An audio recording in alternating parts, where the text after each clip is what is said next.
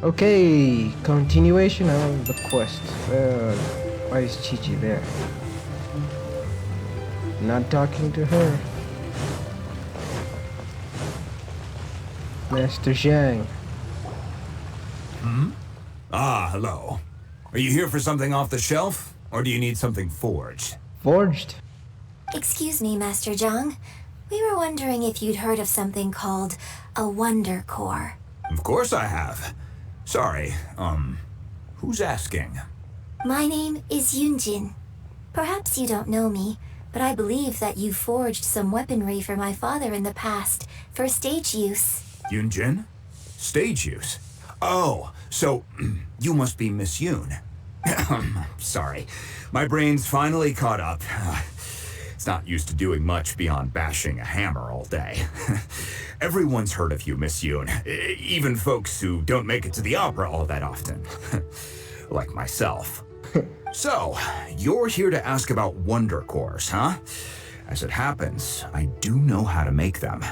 Matter of fact, I made some for Lady Ningguang back when she was building the original Jade Chamber. The types of ore needed to make Wonder Cores are a little hard to come by. Lady Ningguang supplied them herself last time. I don't suppose you've brought any yourselves? No, we were gonna ask you what kinds of ore we need. Sure.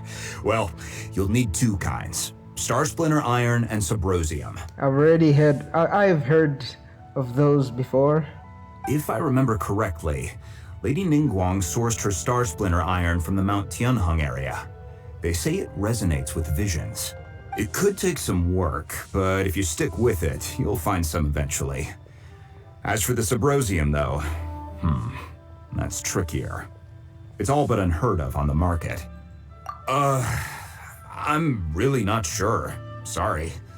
What I've heard is that the people around Mount Tianheng have some sort of magic trick that can pinpoint the location of the stuff. Of course, it's probably just hearsay. If you want my advice, start by looking for Star Splinter Iron around Mount Tianheng. And if you run into any locals, ask them a few questions about Subrosium. Mount Tianheng. Interestingly enough, the story of the divine damsel of devastation also takes place on that mountain.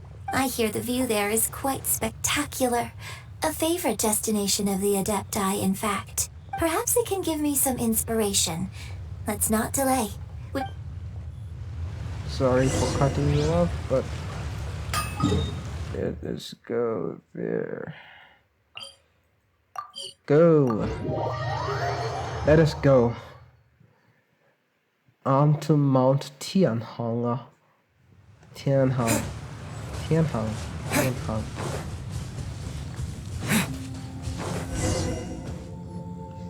I came to Mount Tianheng once with my father as a child. I remember it being such a long climb that I could barely feel my legs by the time we reached the top. Oh, this is quite a trip down memory lane for me.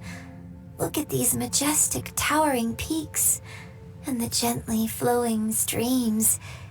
It's like setting foot in paradise. Looks like a normal mountain to me. No wonder the legend of the divine damsel of devastation is said to have taken place here. Adepti wander oft where mortals seldom stride.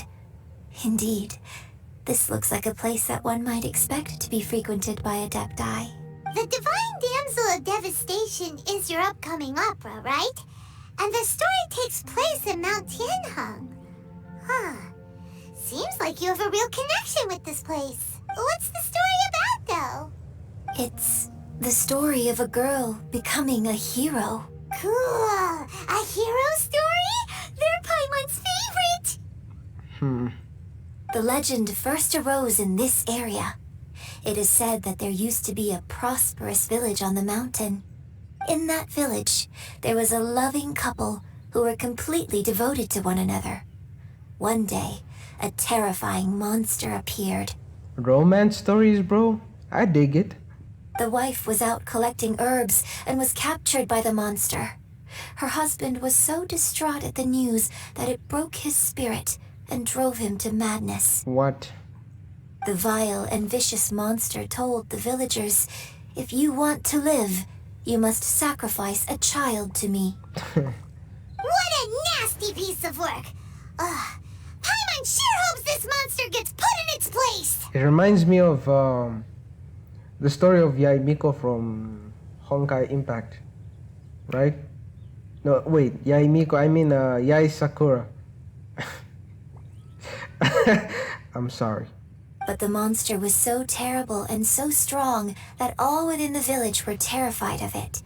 They had no choice but to give in to the monster's demand. Just while they were discussing whose child would be given over to the monster, a little girl suddenly stood up and came forward. Yeah, it feels a little similar.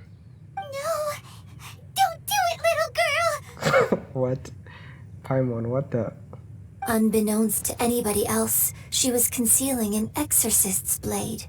She approached the monster's lair, feigning fear and trepidation. When she finally arrived, she courageously drew her sword and entered into a fierce struggle with the monster, from which she eventually emerged as the victor. Her extraordinary abilities drew the attention of the Adepti, and they took her as one of their own. Her story became the stuff of legends. But alas, the paths of mortals and Adepti seldom cross, and she would never again re-enter the mortal world. Ah, it's sounding very, very familiar, bro. And so, destined to grace the mortal realm for but a brief moment, she vanished like a wisp of smoke into thin air. That's how the opera ends. Ah. I really like this story. But I personally think that perhaps the little girl was not as brave as the opera makes her out to be. I'm not sure she deserves all the praise she is given. I've never considered that before. Opera is always an interpretation of the events it purports to portray. A certain degree of deviation from the truth is always inevitable. When my father wrote the script for this play, I suppose his intention was to inspire his audience with the character of the divine damsel. I think it's a great story. The ideal story. Ideal, huh? Well, it sure inspired Paimon. Let's go get ourselves some Star Splinter Iron. Yeah! Is she changing the subject, or maybe she's just dense? I don't know. Whatever. Use visions to find visions. I don't have a vision. I'm going to have to borrow someone. Oh my god, dude. Where's her vision? Where are you? Where are you?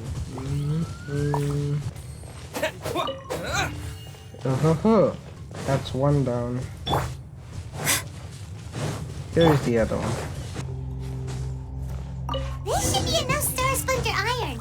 Now we just need to find that Symposium. I think I saw a village on our way here.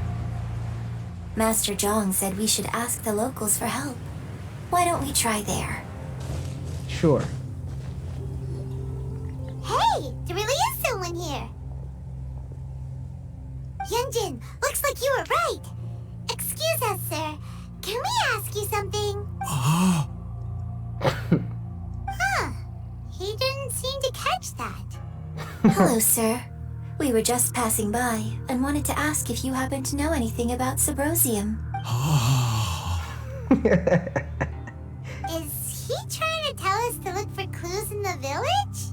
Shenhe, Yunjin, let's have a look around. Sorry, you can go ahead without me. I'd like to have a word with this gentleman. If that's okay with you, Uncle Mingjin. It's... Shenhe. Shenhe. You're alive. The rumors were true. So, all these years? I'm sorry, I don't know how to find Symposium.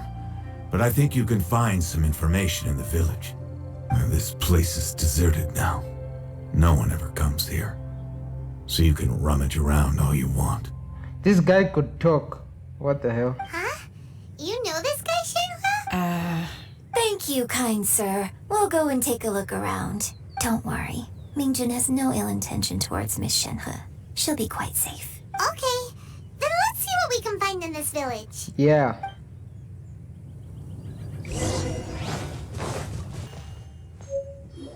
Don't tell me the fuck. What's this? Hmm. So, Shenhe is the divine damsel? Yeah, pretty much. Now that I think about it, she does behave rather like an adeptus, and she is about the right age. So that's why I've been getting the strangest feeling whenever I chat with her. I should have noticed it earlier. According to this text, the divine damsel from the opera was actually the daughter of the loving couple. And she didn't volunteer. She was sacrificed to the monster by her own father. Oh, the truth is even more lamentable than the opera.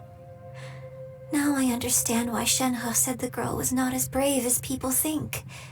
It wasn't her choice to enter that ghastly situation. She was forced into it. Lament. Oh, it looks like my father may need to make a few revisions to his beloved opera. Woohoo! Time to... What about Subrosium, bro? Wait, where am I going? The hell? Is this it? Oh. Don't tell me it's another...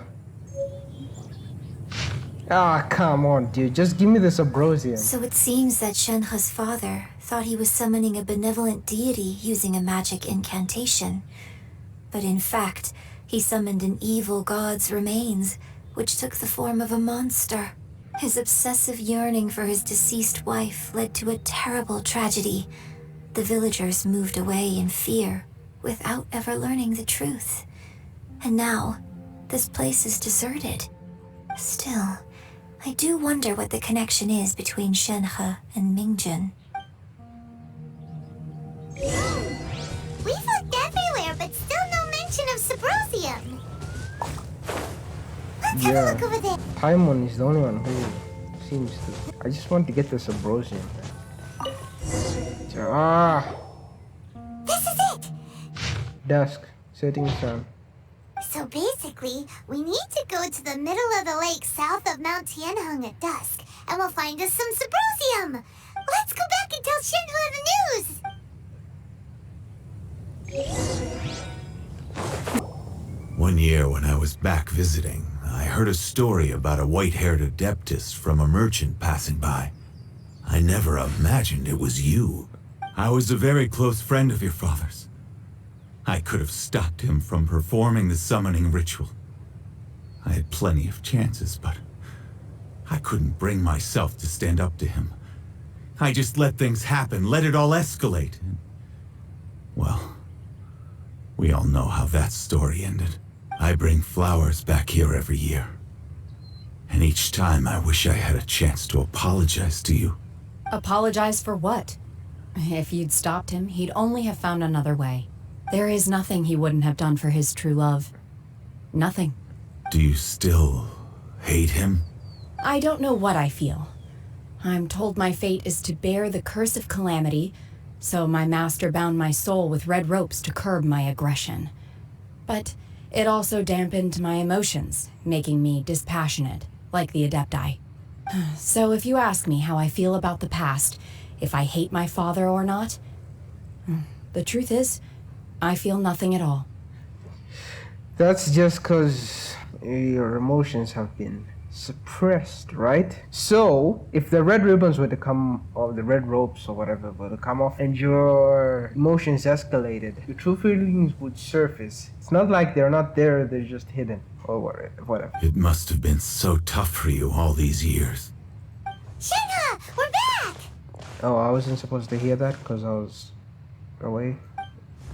Oh, then I will leave you all in peace.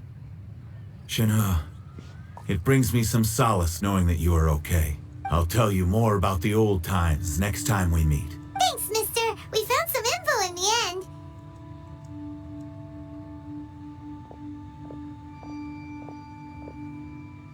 Shenhe, look. This tells us how to find Subrosium. All we gotta do is go to the middle of that lake. Let's go then. What? Miss Shenhe, there's something I'd like to talk to you about. After we're done, please. Just now, in the village, we found your father's diary. It turns out that many of the details in the Divine Damsel of Devastation are not true to the facts. So I'd like to change them. Why? I know I say that opera always deviates from the truth, but now that the main character is standing right here in front of me, I cannot simply dismiss your lived experience in favor of my father's fiction. It's okay. I like your version. My master once said that the day I learn how to use my strength for the good of others is the day that I can truly become part of human society. So, I hope that one day I might be brave enough to stand up and protect others, just like the girl in the opera. But I've never thought this way before, and I wonder whether I will continue to think in this way. Don't worry. I believe you will. In fact, I think maybe you've already started to become the person you aspire to be. You just haven't had the opportunity to see it for yourself yet. Shenhe! Yunjin! Cut the chit-chat! Let's go! Yes, paimon. Finally. Oh my We god. can't let someone else beat us to it! Oh my god. Am I starting to like paimon?